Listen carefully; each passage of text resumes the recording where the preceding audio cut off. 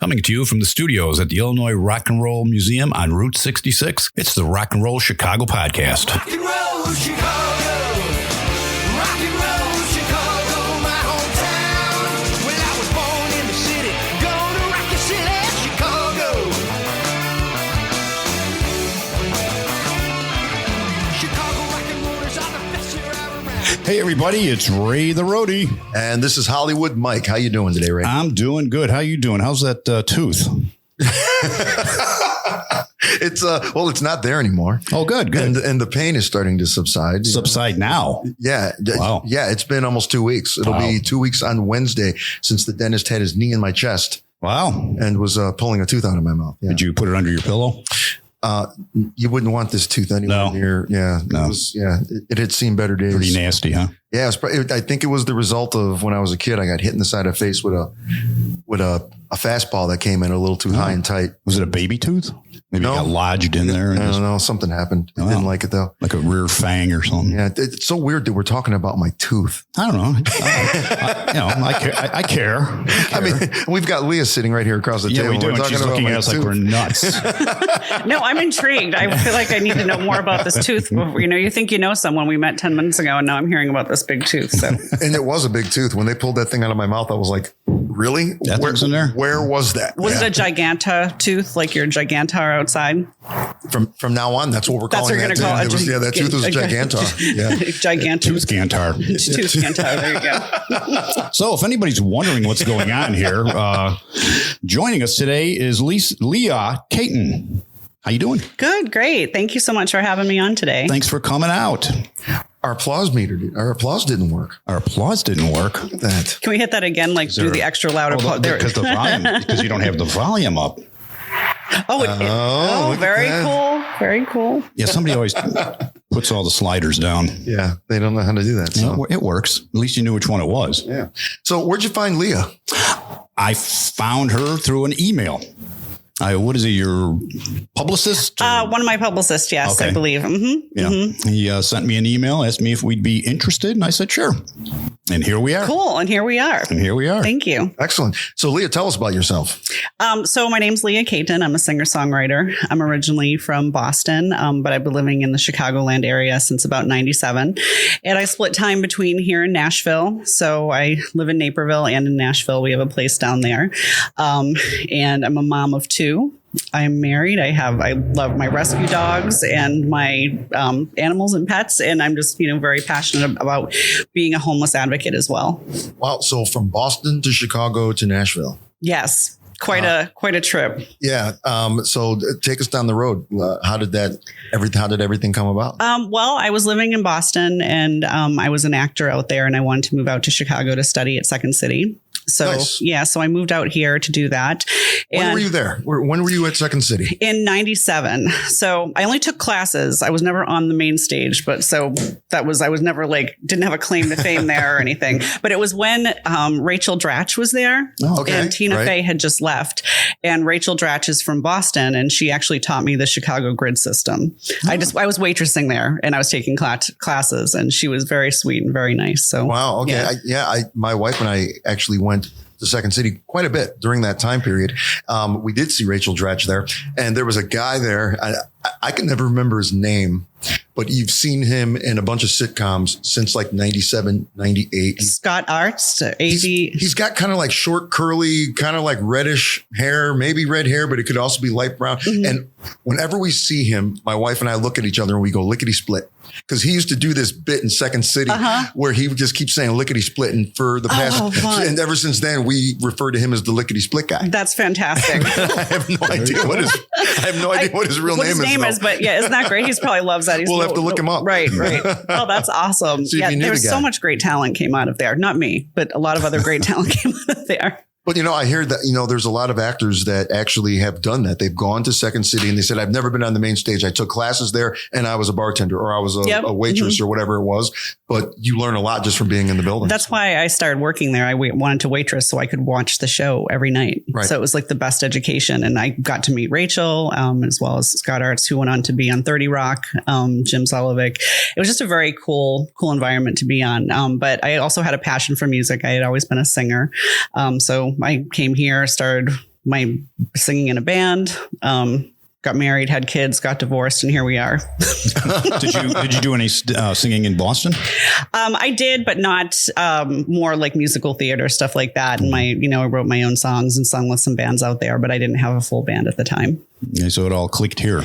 Yeah, definitely all clicked here. And when I started really seriously songwriting, probably in like 2000, and I'd always written, but that's when I really started getting into it and started traveling down to Nashville back in, I believe 2004 was my first trip down there during the Chimpan South. And it was a life-changing trip. When I went down there, I was able to see songwriters from all over the world that write songs that you hear on the radio all the time. And it was just really a unique education. And going down there and seeing it in person was just something that I became obsessed with.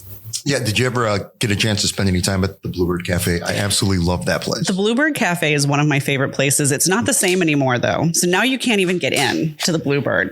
So I don't know when the last time was that you tried to get in there. It is absolutely like the reservations open up at like 8 o'clock in the morning and you have to be in an online line to get in there and you can barely get in. No. But back in the day, you could go and walk in and, the place wouldn't be half empty, but it certainly wouldn't be the way it is now. Right. And I mean, you could see just amazing performers there. Do you play any instruments? I play 3-chord country guitar. Okay. So yeah, I can play guitar, but not that I always leave that to the professionals when I can. But if I can play in a round, if I have to, by myself. Yeah, because I usually ask people that write. Do the lyrics come to you first or the music? Probably the lyrics, I would say, because my guitar playing hinders me. But if I can play a melody, then that will inspire me to write. Or I work with other writers that are stronger melodically, and they will play a melody, and then that will inspire me to write. My last 2 songs, the one, Are We Gonna Fall in Love, that was released in February, that was actually written over something called a top lining track. So someone else wrote the track, and then I became inspired and then wrote the lyrics over that and were able to use that. Never thought I'd do this again. I swore I was done with men. Now I'm sipping a double on the rocks, and Shania's playing on the jukebox. My friends say I love your eyes, and you're not like the other guys. I've heard it all before. Now you're walking through that door.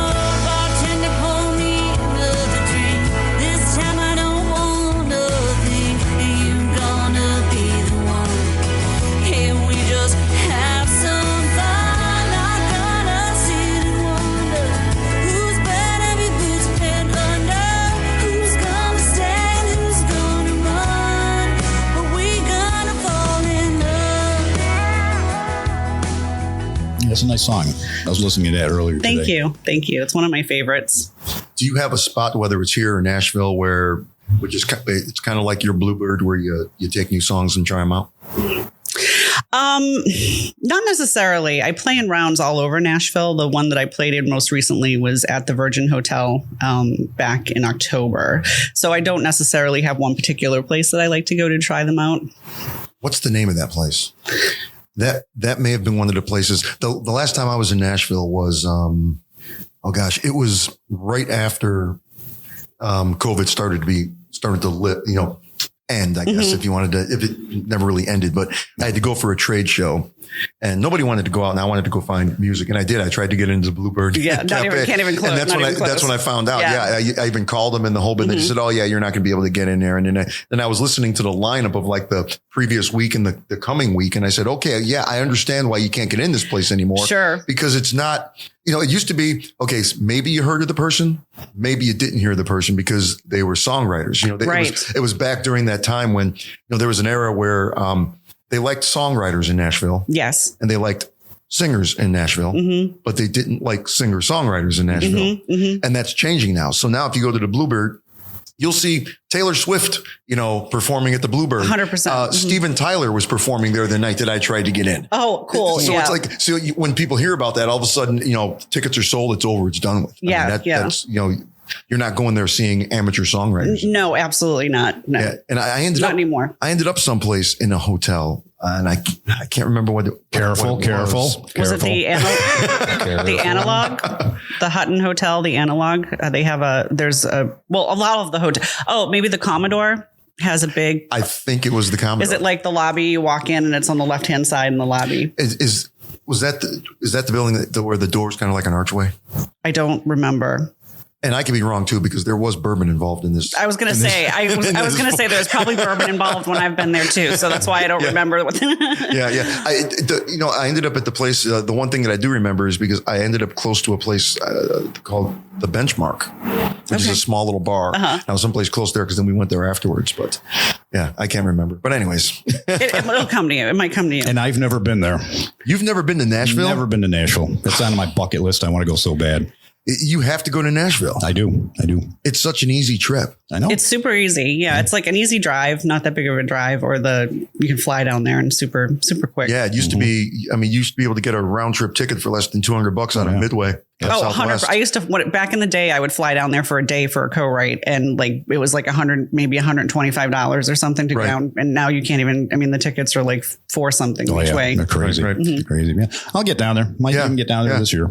So is that more your style? Are you more of a country performer, Americana? Describe your style for the folks that don't know who you are. I would have to say that I'm multi-genre. If I had to I know that's kind of a broad thing, but Americana probably encompasses it more, but a little bit country, a little bit rock and roll would be the best way to describe me. I've heard that song. Yeah, you've heard. I know. Donnie and Marie. Yeah, that was so not original of me to say that, but that's the best way to describe it. Right. So we've got this album here. Yes. Everybody can see this. This is a great picture of it right there. Right. So tell us about this album. This is not your current album. This is my current album. Okay. My latest single was released on last Friday on St. Patrick's Day. Right. But that one's called Turn the Silence Off. But this is my album that was released back in August, and it's called Someone Like You. I chose that title because all of the songs are very personal to me, but I hope that there's something that everyone else can relate to as well. Right. And that will kind of all bring us together as humans. Right. Well, that's great. And you were saying that one of these songs on here is kind of your anthem.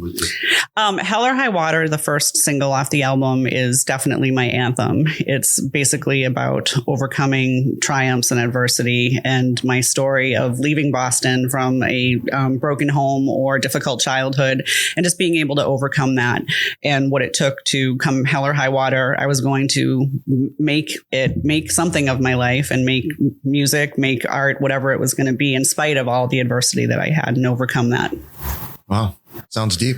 Maybe we should take a listen to it now. Yeah. Well, when did you write that song? Just out of curiosity. I wrote that in Nashville about 4 years ago with my co-writer, Benji Harris. And we were sitting around the studio one day, and he's like, what should we write today? And he's like, tell me about how you got to Nashville.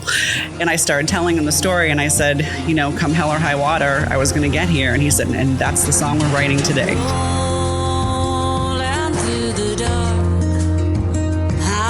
The sun light up the room, just like the rain that's falling hard. I ride the wind wherever it blows, and I'm never coming back. I was born to leave this town, broken home. My broken heart was left in pieces on the ground. I know a change, it ain't too far. 'Cause I'm lightning, I'm thunder, I'm a shot taking everybody under. I'm wild and I'm free, I'm a hot bullet raising every heartbeat. Love me or hate me, nothing you can say will ever break me. This fire's only getting stronger. Come hell or high water. And it just it was just, when I heard, when it was finished, when we finished writing, I'm like, it was just kind of an amazing thing to hear. Well, that's great, because you left Boston a while ago and came to Chicago then. So it was kind of a long time coming. It really was a long time coming. Come hell or high water. Come hell or high water. And The video for Hell or High Water was directed by Greg Bizzarro from Jaffe Films in Naperville, and that was on the Country Network back in October. So, the video's on YouTube now, so you can catch that as well. Oh, excellent. It was just a really powerful and personal song. Yeah, hey, Paulie, we'll have to find a clip of that video. Yeah, definitely. Yeah, I hope the video is. I think that's it. Just that really tells the story as well. Right. So, just curious, how do you get yourself out there? Are you booking dates in Chicago and Nashville? I mean, are you touring? Tell us a little bit about that part of your life. I've been focusing on writing the album for the past 4 years and traveling back and forth to Nashville pretty regularly, at least once or twice a month, and been performing in rounds down there. But I am working here now, and we're putting the band's getting back together, and we're going to be putting together a theater and casino type show that's going to be starting later in the year. We have our first date is September 16th, I believe, at Lockport, the studio in Lockport, which is going to be really... My friend Laura. That's right. I saw that. Where did I read that? That's great. I read that somewhere. You're going to be at the studio in Nashville in the studio I'm sorry. here. Yeah, I'm going to be in the studio. I'm sorry. Let me back up. Can I re-say that? Sure. Okay. So I'm going to be on June 23rd. I'm going to be at the studio in Lockport. Okay. Doing a songwriter spotlight there, and really excited with Mike Aquino is actually going to be playing guitarist. Who's also a good friend of mine. Yeah. He's a great guy. Yeah, he sure is. So he's going to be jumping in with me on that show. And then September 16th, we have a show at the Roxy in Lockport, which is going to more of a theater type show. I think she's following me. I think I have my own personal stalker. I think so. I just participated in the singer-songwriter showcase this past Friday at the studio. Oh, did you? Cool. And I host the open jam there every Sunday night at 8:00. Oh, wow. Okay. And Cadillac Group just played the Roxy on Saturday. So it's kind of awkward that your stalker shows up at a podcast, right? You thought that I was just here as an invited guest, and all of a sudden it's the publicist that emailed you. All of a sudden, it kind of comes full circle. That's right. Yeah, it's kind of creepy. Oh, that's awesome. Just to let everybody know that today's podcast is brought to you by the studio in Lockport and the Roxy. If you guys hear us, we're looking for sponsors. Right. Well, did you guys know this is actually something that I don't mind talking about on the radio? Did you know that the Roxy is actually owned and run by, they're called Trinity Services. Right. Yeah, and that's just an excellent organization. And people who go to the Roxy to see a show are helping support that organization. That's right. We actually dumped out Phil D. Bucket. Phil D. Bucket is our tip bucket. Oh, wow. And we dumped Phil out at the beginning of the show, and all the money that went into Phil, we donated back to the organization that night. So that was very nice. That was actually a good time. So. Yeah, they do a great job. That's awesome. Whoever thought of that, fixing up the Roxy and starting that. Yep. It's really cool inside. Yeah, very smart. Have you? So you've been there already? Yeah, I did. Yeah, I just went and checked it out, and it's gorgeous. It's really just has a very vibey. Right. It's a really cool place. Now, who are you going to have with you playing that night? Well, we're putting the band together now. So you're still doing it? Yeah, we're still putting that together, working with the musical director. Going to be putting that all together over the next few weeks and getting that all solidified. Okay. They are great. They're fantastic. And you're going to love Laura. Have you met Laura over at the studio yet? No, I haven't met her yet. You're going to have a best friend for life once you meet her. Oh, cool. I'm looking forward to meeting her. And she can sing extremely well. Also, she's awesome. She's a very talented. Oh, that's awesome. I love meeting fellow singers and songwriters, especially local. Right. And Laura was on the podcast a while ago. Yeah, she sure was. With her band, Simple Remedy. Right. Oh, I'm going to have to check her out. Oh, yeah. Awesome.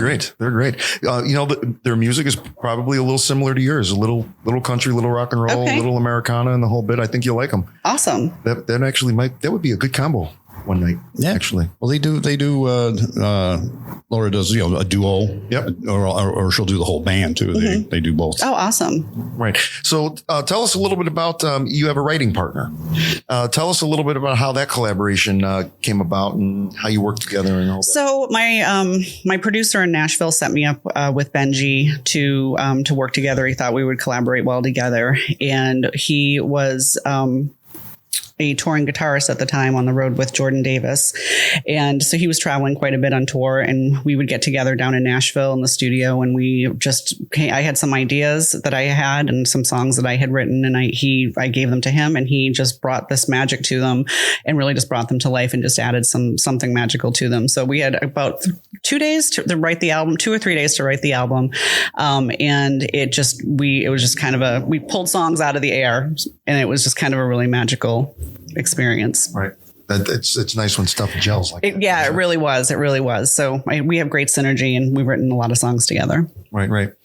So what's next? What's coming up for you immediately within the next few months? Immediately, I'm leaving for LA next week, and I'm going to co-write with Bill Champlin from Chicago, the band Chicago, and filming a kind of a mini songwriting documentary of him and I writing, with Greg Bizarro's flying out with me from Jaffe Films, and we're leaving on Tuesday, so we're doing that. So that's going to be fun. That sounds like a lot of fun. Yeah, I'm really looking forward to that. That's going to be fun.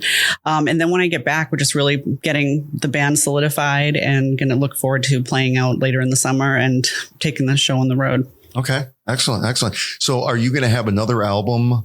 I'm showing my age because I keep saying album. I can't say CD. I can't do it. There are albums. There's still it's an album. And you know what? Vinyl is back. Vinyl is back. That is true. That is true. So you've got, you just had a new release, a single release. Yeah. So I had, this album was released in August. Then I released a single on Valentine's Day, Are We Gonna Fall in Love? And then this past Friday on St. Patrick's Day, I released Turn the Silence Off, which I did not write, actually. It was written by a friend of mine, Anita Lynn, who has been a longtime friend of mine that I actually met through the Nashville Songwriters Association, NSAI, when I first sought out the songwriting organization here in Chicago. She was the first person I met, and her and a couple of other girls asked me if I wanted to go on a road trip to Nashville. And I was apprehensive because they were more of, experienced writers at the time. And I jumped in the car with them. We drove down, and I came back a different person. And she was very influential in my writing, and very, just encouraged me over the years and kept me going when it got difficult or when I wanted to give up. She'd be like, no, you can't give up. And she would just always really help me. So she wrote this song, Turn the Silence Off. And I was driving to Nashville last year for a recording session. And I heard it. I was driving down there. I'm like, I love this song. And the lyrics were just heartbreaking and haunting. And she wrote it. And it was really important for me to record something that she wrote, especially because it was such a good song. And It was really cool. So I scratched one of the songs that we were going to record and put hers in for the recording session and recorded it and just released it last week. Oh, excellent. Good thing you took that trip. Right? Yeah. It was absolutely, I wouldn't be sitting here. Yeah. That seems to be another trend that's changing a little bit as well. The days of locking yourself in a studio for several weeks and recording 8, 9, 10, 11 songs. Right. That's over and done with. You can record one and drop it and record another one and drop it. And at the end of 6 months, you've got your album. Right.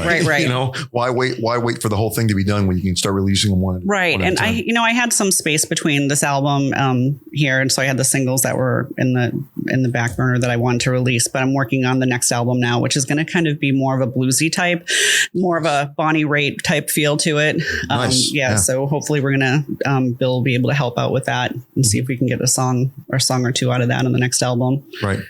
Again, I'm still old school. I love to have the, I like to have something tangible. Hands. Me too. Right, yes. Right. And you can sit here and look through it and the whole bit and read everything as you're listening to each one of the songs. It has liner notes. I know. The lyrics are so small though that you can't read them. I need my readers. So I have to pull them out. Yeah. Oh my, you do have the lyrics and everything in here. Mm-hmm. This is totally old school. Yeah. Yeah. I went old school with this one. I'm definitely going to listen to this. I have a feeling I'm going to like this, and I have a feeling my daughter's going to like this too. Oh, cool. Thank you. How old's your daughter? She is 19, soon to be 20. Okay, cool. And, but I have a feeling she's going to like this. I'm going to like it too. My daughter's 20 and my son is, turning 16 in 2 weeks. So about the same age, teenage land. Do either of them have musical aspirations? They do not. Neither one of them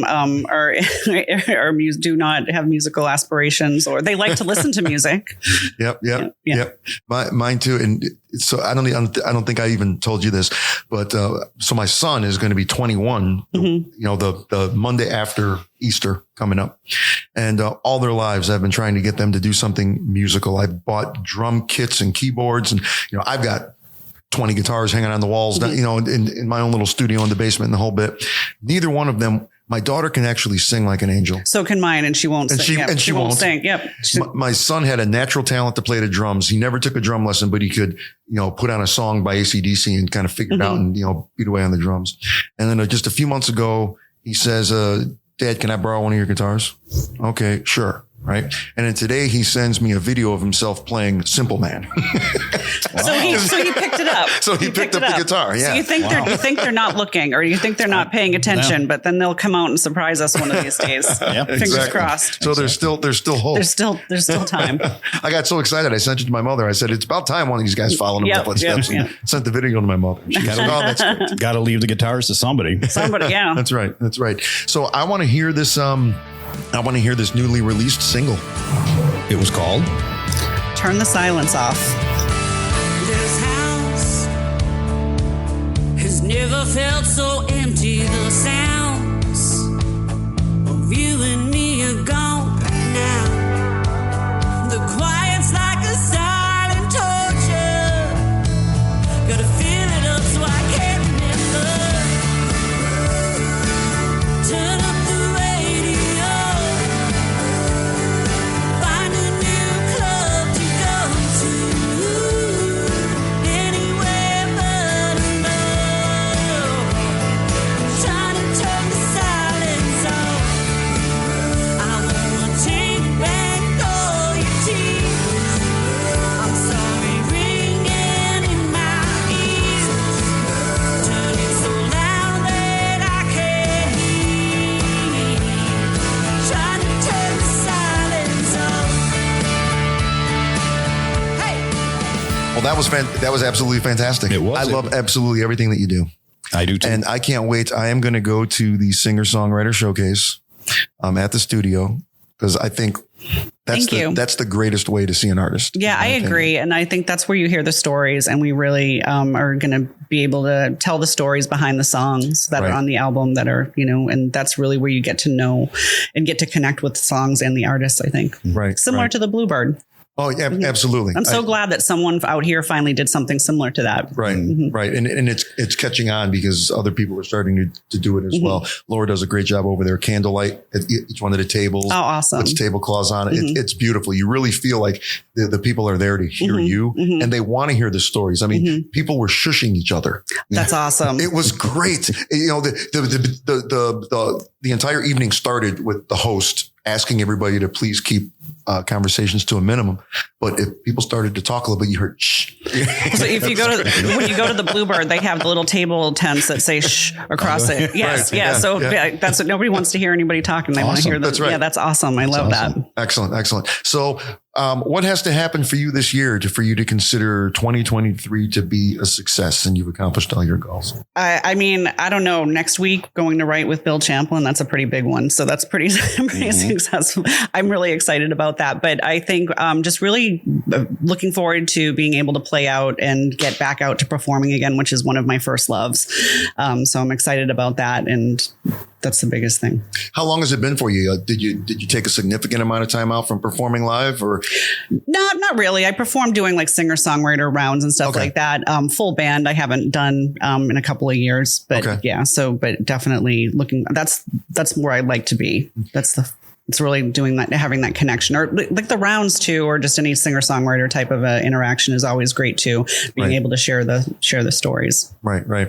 So, gosh, I had a question in my head and it just went. Maybe it fell out of that socket in your mouth. And we're coming back full circle. I don't know. It's just what I thought of. Bite me. It's got to go somewhere. I don't have to worry about you doing that. Yeah, I'm toothless now. So after you've got all these dates and this is what it was. After you got all the dates and everything scheduled, how can people find you? What's your website? My website is liacaton.com, which is LIACATON as in Nancy. And my music sites or any social media is at Lia Caton Music. All right. And I'm assuming you're on all the social media. Yeah, all social media streaming platforms, Instagram, Facebook. And, and I'm doing this like they can't just look at her. But yeah, that's what she looks like. That's right. That's right. Well, thanks for coming in, Leah. Thank you so much for having me. This has been fun. With everything. Thank you. I appreciate it. Yeah. Thanks. Nice meeting you. Nice to meet you. And there you have it, everybody. Lia Caton. Oh, you missed your cue. There it is. You were actually doing air crowd noise. I was doing air crowd noise. What a refreshing interview. I think that was the first time since I've been with you that we actually had somebody who was focusing on the singer-songwriter part of it. Mm-hmm. And all of the dates that she's looking to book are based around supporting her album or her singles releases. Right. And she's, working in Nashville. You can tell she's serious about her craft. And she's working with some great people. Yeah. Some great local musicians, which is exactly what we're trying to do and feature on this podcast. Yeah. I'm still saying that trip she took down to Nashville, if she didn't take that, it wouldn't have happened. That's right. Sometimes you just never know. You don't think you're worthy, Right. Absolutely. Just pull it off. If you're not worthy, it doesn't happen. Hey, you went to Nashville. That's right. Where I've never been. Where you've never been. All right. We got to work on that. That's right. I got to get down there. So make sure you check out Lia Caton. See her CD. I almost said album, but they are albums. I'm sorry. They're still albums. They're still albums. Make sure you pick up a CD of hers. Check her out when she's out and about somewhere in the area. She's going to be at the, was it in June, she say, or July? I believe it was June. In June, she'll be at the studio in Lockport. You're welcome, Laura. So until next week, thanks for joining us and see you next Tuesday. We will see you then. The Rock and Roll Chicago podcast is edited by Paul Martin. Theme song courtesy of M&R Rush. The Rock and Roll Chicago podcast does not own the rights to any of the music heard on the show. The music is used to promote the guests that are featured. Rock and Roll Chicago.